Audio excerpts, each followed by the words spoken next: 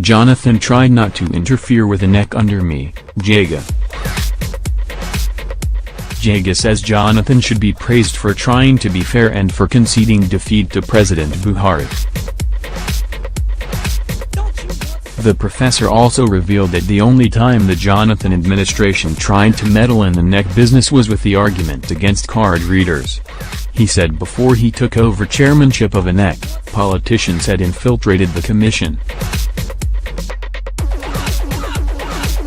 Former chairman of the Independent National Electoral Commission, INEC, Jega has said that former President Goodluck Jonathan did not make any open attempt to interfere with the work of the commission.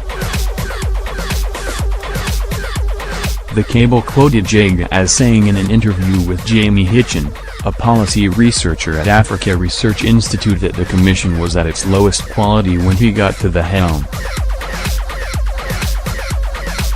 The administration of Goodluck Jonathan, president from 2010 to 2015, never gave any reason to suspect that there was a deliberate and willful attempt to emasculate the funding of INEC, he said.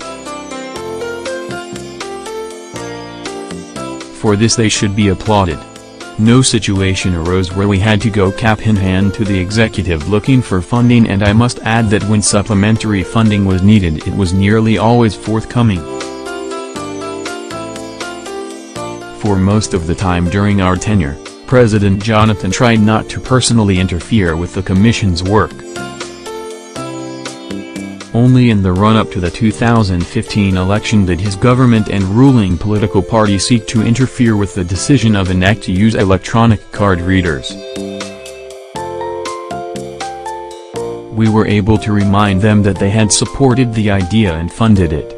Overall, I think that President Jonathan meant well for democracy in our country, a view strengthened by the gracious way he conceded electoral defeat in 2015. Speaking further on the conduct of the two general elections, 2011 and 2015, by INEC under him, he said, "When I was appointed to chair INEC in July 2010, I joined an organization that was perceived to be fraudulent and corrupt. It was also inefficient in executing its mandate. At the same time I was entering a moving vehicle, with no time to reflect and reform effectively. An unorthodox methodology was needed. I was able to bring in a team of INEC outsiders, paid for by the United Nations Development Program. These were people I could trust and who, independent of INEC's bureaucracy, could help map a blueprint for institutional reform.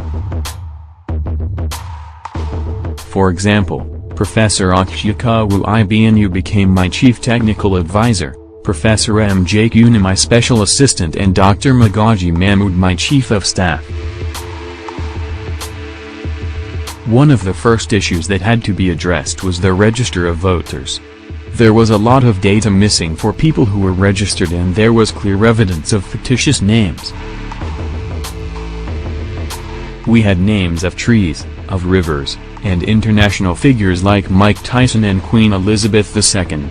There was a debate between those who thought the register could be cleaned up and those who thought it should be jettisoned and replaced. Internal discussions with key personnel in the technical departments revealed the scale of the problem.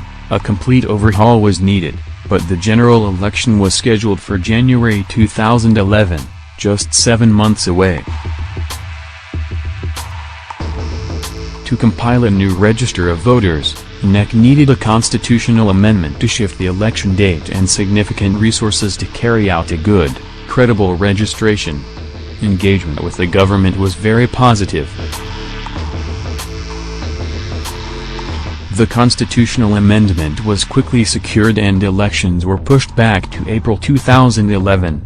Nage.com had reported that Jonathan said he was not comfortable with how the 2015 election was handled by Professor.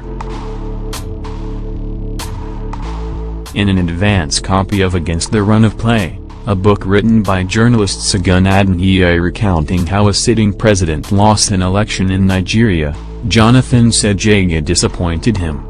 Who is Nigeria's greatest president ever?